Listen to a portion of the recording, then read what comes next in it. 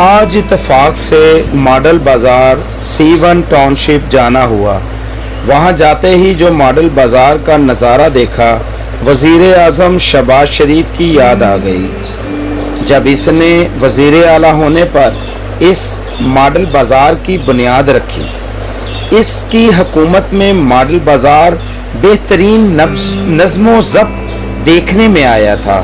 شروع میں بھی عوام کے لیے بہت ریلیف ملتا تھا۔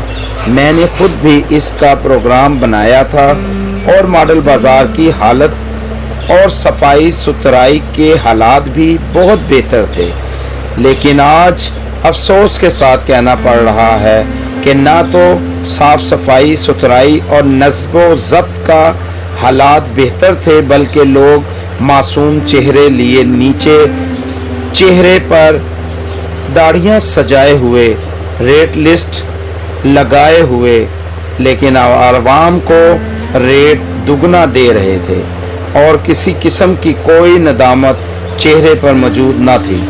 اور ان کو کہا گیا کہ میں آپ لوگوں کی شکایت کروں گا، تو بھی ان کا چہرہ دیکھنے والا تھا کہ ہمیں تو کوئی فرق نہیں پڑتا۔ اور جب شکایت سیل گیا تو دیکھا کہ شکایت سیل پر صاحب ہی موجود نہیں، جیسا کہ ان کو پہلے ہی معلوم ہے کہ کوئی ان سے شکایت کرے گا ہی نہیں۔